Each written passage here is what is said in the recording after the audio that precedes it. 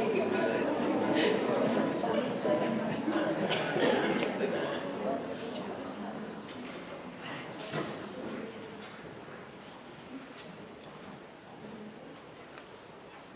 you all for coming to Eastview High School's first Mental Health Symposium.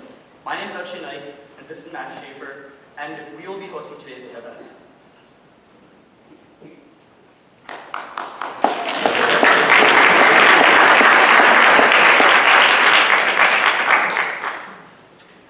Akshay and I created a student-led group at Eastview towards the beginning of our sophomore year. This group, called Humanitarian Development Initiative, HDI for short, focuses on applying the skills we learn in school to improve communities around the world around us. We are so very thankful that we've had the support of not only our peers, some of the best students at Eastview, but the staff here at Eastview in building HDI into what it is today. Last year, Akshay brought up the idea of a symposium in one of our meetings.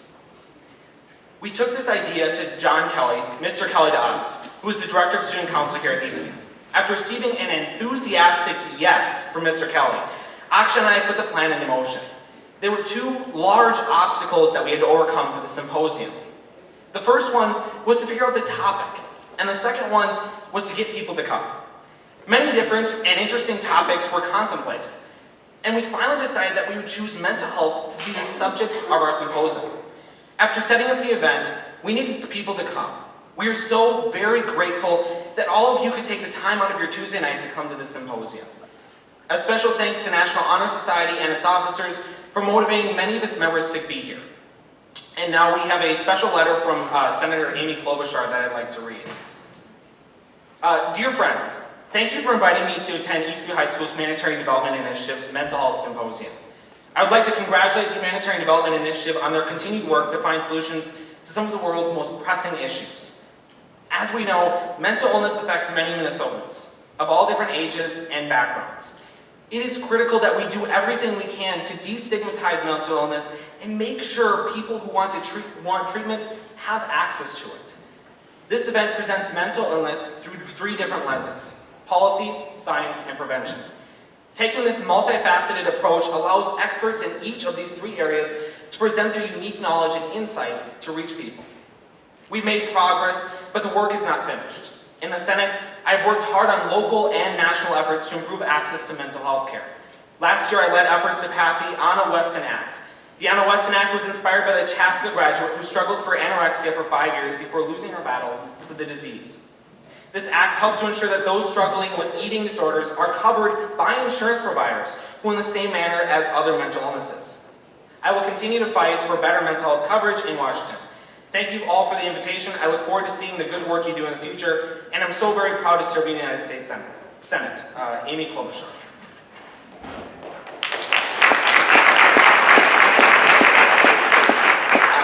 And now here's Akshay to talk a little bit more about why we actually chose mental health as our subject. So, as high schoolers, we all know too well the effects mental illnesses can have on our peers. Mental health is a topic that is not discussed enough in our society, and even though it is so prevalent in many of the people's lives, recently a study found that 42.5 million adults, Americans, are living with a mental illness varying degrees. All the while, spending for mental illness has been cut at every level, city, state, and federal.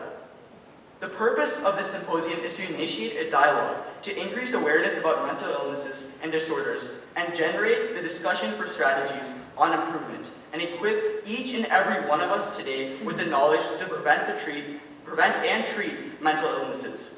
First, we will be having the Mayor of Apple Valley speak, then Dr. Kathryn Cullen, then next, State Senator Jim Carlson, and lastly, Elizabeth Babkin from NAMI. At the end, we will have a Q&A panel. To kick off this event, I would first like to bring up and give a round of applause to the Mayor of Apple Valley, Mayor Mary Raymond.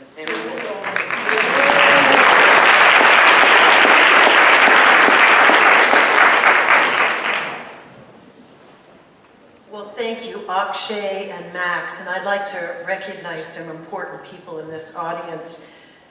I'd like to call out our Superintendent of School, Jane Barons. Terrific superintendent.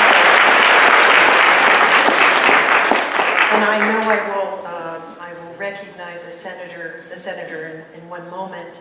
but we also would like to recognize Senator Greg Clausen, who is the senator from this area and a former principal at District 196. Let's give him a round of applause.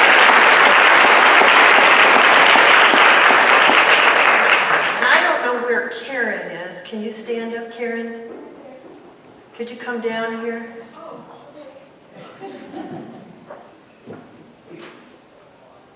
Here is a person who is truly a civically engaged human being in our presence. Karen, can you come down here? This young lady met me several years ago, and she has not stopped working on behalf of her neighborhood and her school. Let's give her a round of applause.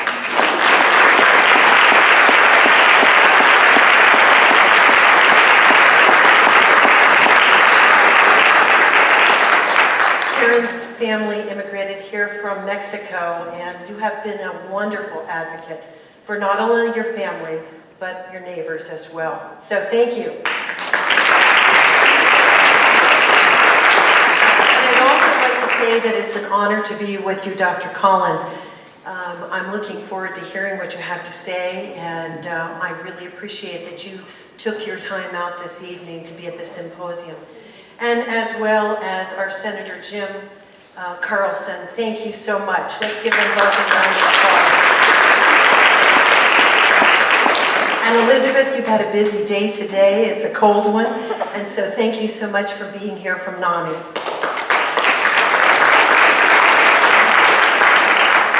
Apple Valley is a community.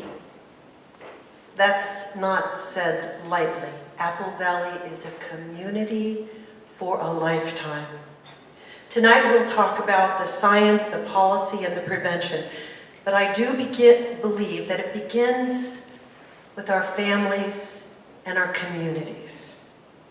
First of all, a basic formula for community is that people feel welcome. Think about that. An act of appreciation and acceptance makes such a difference in one's life. If we walked into this space and we did not feel accepted, how much would we have heard? How much would we have absorbed? Or how much dialogue would we have been going on in our heads so that we weren't even present in the moment? This is kind of the A, B, C's, and D's of how you create community. And it starts in our families, and it starts in our schools, but it starts in our city. So feeling welcome is critically important. How many of you have been out to music in Kelly Park? I'm glad to see a few of you. On Friday nights, we have free concerts the Apple Valley Arts puts on.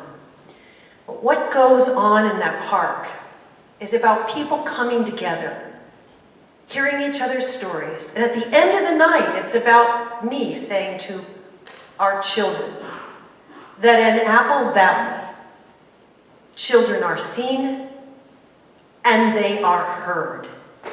That's important. Our voice, our story is important. Because we also need to feel like we belong. We feel welcome, and now we can belong. We can be part of a family. We can be vested in our communities. And as we're vested in our communities, we take steps to engage. And that goes then to being able to contribute. Because it's not a given that we can contribute into society. We have to feel that welcome, belong, and then we can contribute. And that contribution helps us to be civically engaged. It helps us to volunteer. It helps us to show up on nights that are cold, when it would be a whole lot easier to be in our pajamas right?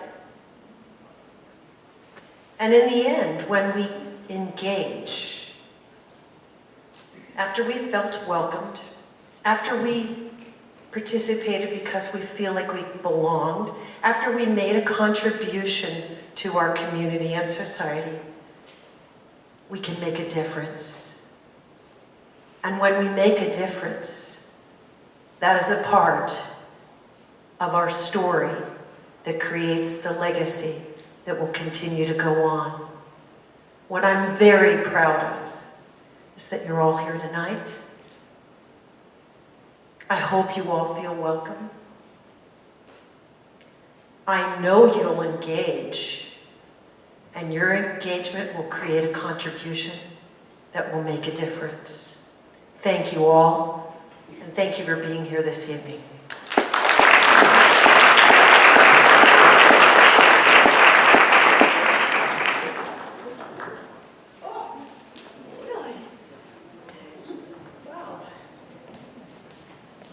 Thank you so much, Mayor Mary, for coming here and giving such a great speech for us. And we would just like to give you this plaque right here to show us. Thank you very much. Thank you, Ashe.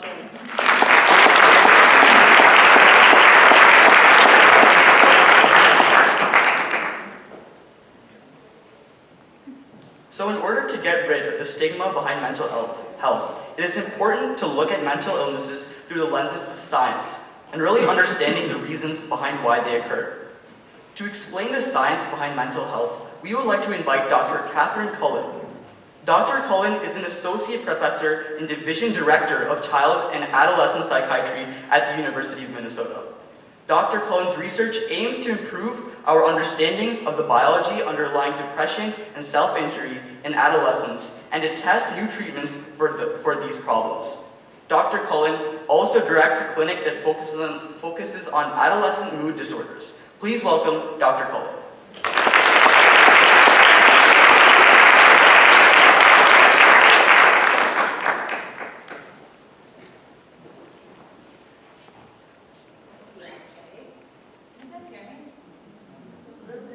Okay, should I just use this one? Because I turned on my mic. Okay, great. This is so impressive. I feel my heart is swelling with just joy with what this has turned out to be. This far exceeded my expectations. Thanks all for being here. Thank you, Akshay and Max, for inviting me.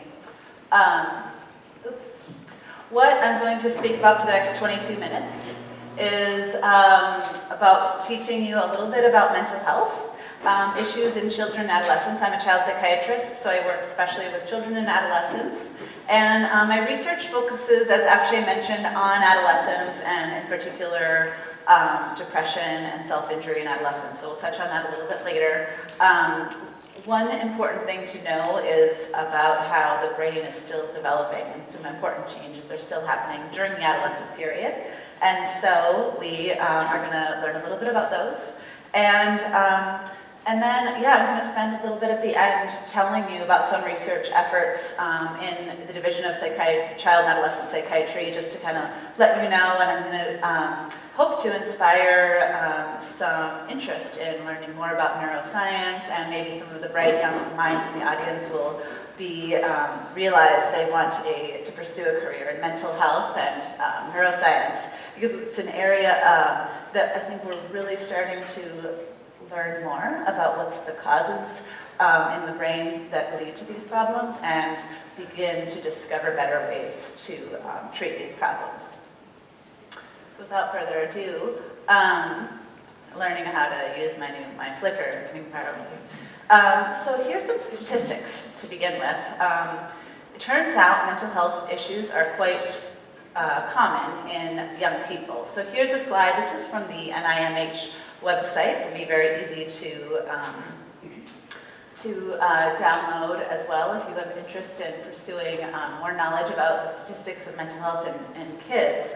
But if you just kind of summarize and look for any mental health disorder in kids 13 to 18, the prevalence is quite high. So at some point, about 48% of kids will have some sort of mental health problem. And then that's being shown on the left here. So 46% if you just kind of use a broad criteria, but then if you consider it more like, well, we'll only count it if it's a severe form of the disorder, then we get lower to about 20%.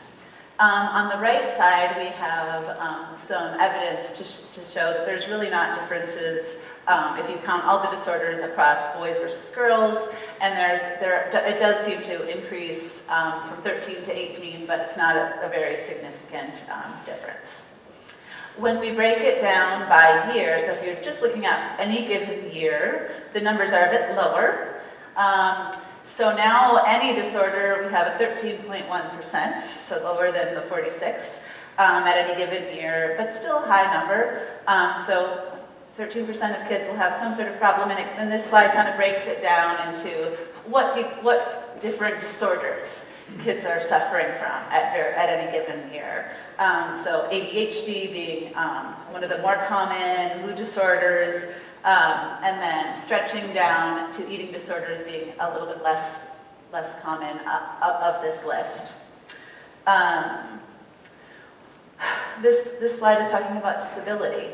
It turns out of all the disorders that are being studied and reported on at the NIH, neuropsychiatric disorders are the most common, lead to the heaviest burden of disability. So the mental health problems really cause impairments in functioning and oftentimes lead to disability.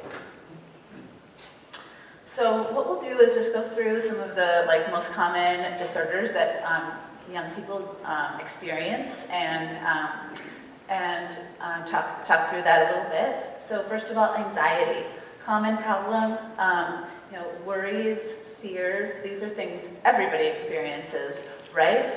But when they happen in an extreme form, when a person can't stop worrying, the fears are excessive, it becomes impairing. Another symptom of anxiety is feeling physically tense, having difficulty relaxing, can get in the way of sleep and things like this. Another common problem is depression. This is kind of where, I think I mentioned, this is an area of interest for me. But this is where, and again, everyone gets sad sometimes and depressed sometimes. We're talking about a persistently low mood. So we start calling it a depression if it's been sad more than every day for more than half, most of the day for at least 2 weeks. So a persistent low mood, and this includes feeling sad but also not enjoying things, and having a lower motivation to do things. So no longer doing the things that you used to like doing. Changes in sleep and eating, could be more sleep, could be less sleep, and same with eating. Changes in your concentration. People have a low self-esteem, having bad thoughts about themselves, and feeling hopeless about the future, and then when things are worse, having suicide thoughts. So that's depression. Other common mental illness, I mentioned ADHD, eating disorders, commonly emerge during adolescence. If they're going to emerge, they almost always do start up during the adolescent period. Substance abuse disorders classically emerge during the adolescent period. And then disruptive behavior disorders would be common as well. A word on self-harm behaviors. This isn't really a disorder per se. It's actually been looked at as a possible disorder, but right now we just call it a problematic behavior. And it's really become quite common in recent decades. We're still trying to learn why. This is something we're studying at the university. Prevalence rates have been reported at almost 20% of people experimenting with self-harm. Kids will often report that they're using this as a way to manage stress. There's other motivations as well. We looked at the Minnesota student survey data. I don't know if you guys remember taking a survey, but most schools participate in this student survey. And data from 2016 revealed that 8% of 8th graders had tried self-harm at least once. which is a pretty high number, and about 2% of 8th graders, oops, I failed to put, I accidentally deleted it, but had more than 20 episodes. So 2% of 8th graders had more than 20 episodes of self-injuries. This would be like cutting and burning and things like this. So it's a common problem here in Minnesota. Suicidal thoughts. I mentioned it's associated with depression, also occurs in other disorders. We also looked at this in the student survey data from 2016. 12% of 8th, 9th, and 11th graders had thought of suicide. So that's a pretty high number too. 3 to 4% had reported that they made a suicide attempt in their past. So this is a very serious concern because suicide is the second leading cause of death in young people aged 10 to 24, and when it does happen, as we all know, I think many people here have already been affected by it. It really does affect not just the families, but the whole community when we lose someone to suicide. So it's really something to kind of rally around and try to come together, I think, to try to understand it better and see how we can address it. So I've talked about some mental illnesses that happen, especially in children and adolescents, and it turns out that if you just look at all mental illness and when do they start, the average age of onset of any mental disorder is 14. Happens to be right smack dab in adolescence. And we think that this probably has to do with the fact that there are developmental changes happening in the brain during the adolescent period. So on one hand, it might be the case that the fact that our brain is still under development, it makes us more vulnerable because there's like these moving parts. And on the other side, the positive side of thinking about it is that when mental illness does emerge in adolescence, we kind of have this, the fact that things are still changing might make the brain more malleable to an intervention. So keep that in mind. I'm going to show you a couple slides about brain development. Here's something about gray matter. Gray matter is basically the nerve cells of the brain. And on the left, you have some results from a longitudinal study. On the x-axis here, we have age. So kids were scanned every 2 years from age 7 all the way to age 19. This was a study at the NIMH. And up here is volumes of gray matter, and they found that gray matter, if you just look at volumes, go up, and they peak around puberty, and then they start thinning during adolescence. Now let's look at, see, these are some slides of actual brain tissue from children. Here's a slide from somebody from at birth. This is a human. See each of these things is a nerve cell. See, this little blob is the cell body, and this is the axon, and then these are the dendrites. So basically a brain cell is complicated, but it has kind of a blob in the center, and it has these things that branch. And the way that they connect and they talk to each other is through connections with these branches. And so what happens between at birth and age 6? There's this massive increase in the branching, so that there's actually an overproduction of connections at age 6. And then what happens? At age 14, they start thinning. So if you think about it, when we're 6, it's easier to, for example, learn things, right? We can learn an instrument, we can learn a language a little bit more easily when we're 6, versus we might not be as efficient at these things, but we're more capable of doing a variety of things. Then between the ages of 6 and 14, we're kind of selecting. We're going through this process of selecting activities that we really like, that we really want to do, and some of those connections get pruned away. Don't use those as much. So these are kind of just changes happening in the background as these mental illnesses are coming online. Here's another thing that's happening. We talked about gray matter. What about white matter? White matter is the coating around the axons of the brain, and it's important for efficiency in connecting neurons and how they talk to each other.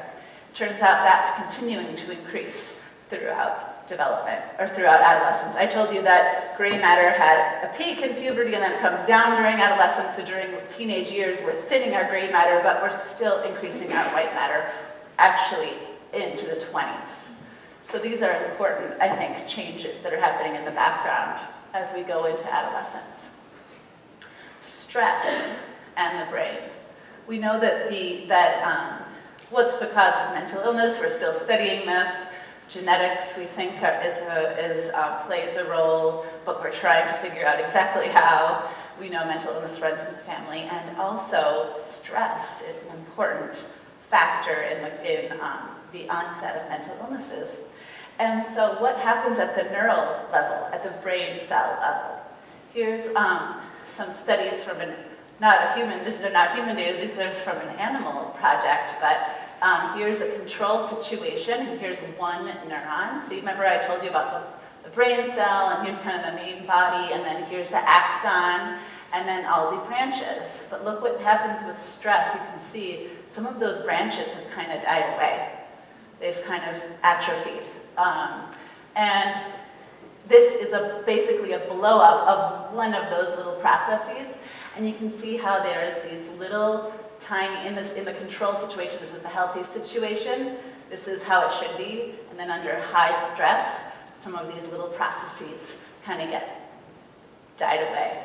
And so this is kind of like I'm showing this as a visual of what's happening at the brain cell level, and this is what we want to try to prevent and promote healthy brain situation. How can we promote, what can we do in general to just promote healthy neural cells, have a positive mental health? Just kind of listening, if you listen to what your mom recommends, these things turned out to be pretty important. Physical exercise and healthy nutrition have actually play important roles on the status of our brain cells and how healthy they are and how they're connecting to each other. Of course, going to the doctor regularly if you have a medical condition and getting checkups. Sleep is critical. Most teens don't sleep enough. Newsflash. And because the start times are too early. But it turns out sleep is incredibly important. And so it's always got to be something that we think about as a priority to try to make sure we get proper sleep and relaxation. Mental exercise and social interaction. It's critical.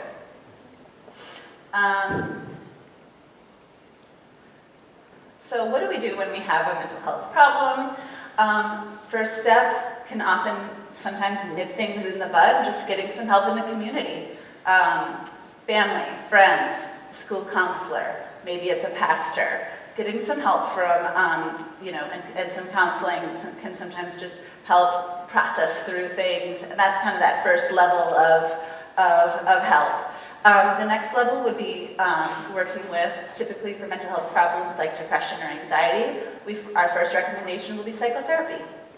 Working with a therapist once a week.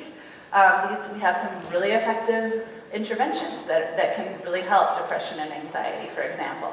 Sometimes kids will need medication, and that's something that a child psychiatrist like me could provide, sometimes a pediatrician or other providers can. There's some conditions where medications can really help. There's services in the community that can be available for some mental health conditions that can really help, like crisis management. And then in very rare cases, kids with a severe mental illness will need to go in the hospital. And that is always a resource that's available. Okay, research. What's being studied currently at the U? So we're interested in normal development. How does the brain change? How can we understand it better?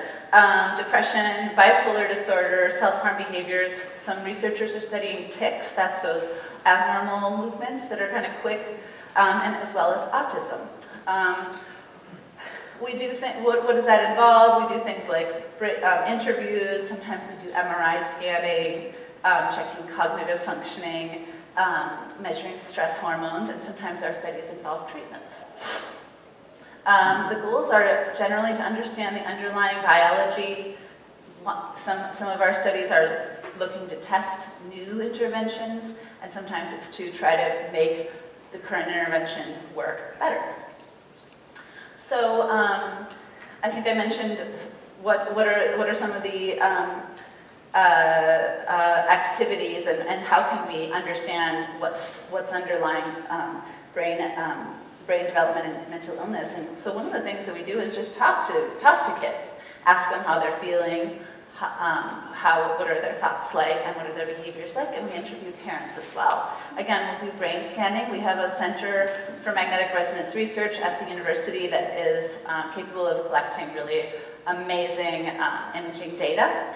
And we have these other approaches to looking at genetics and other aspects in the blood to tell us what's happening and what might be causing mental illness.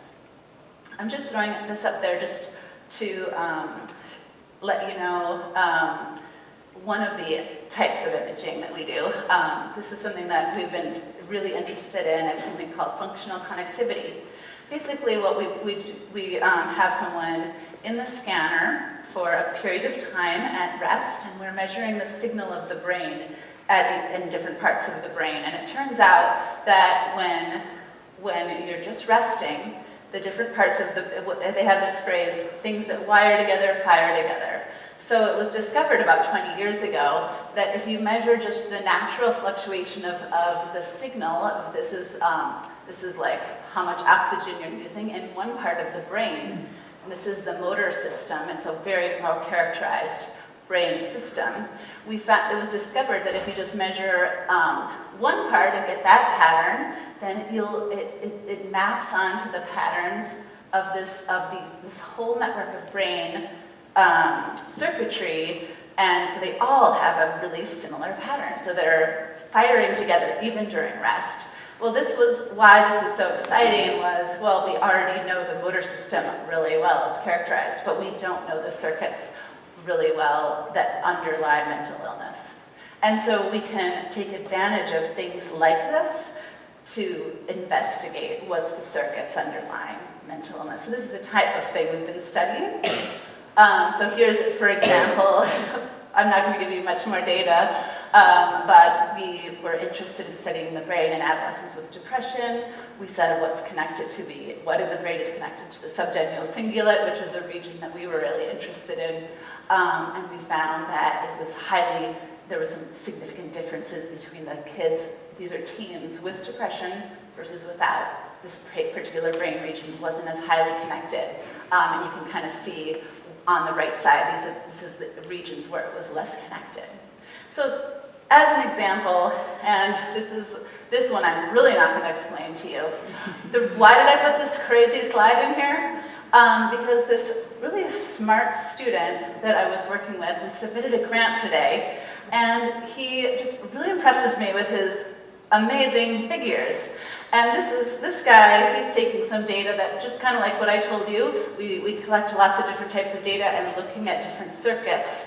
And I guess what my point is, he's this brilliant student who's not that much older than you guys, and is coming up with these complex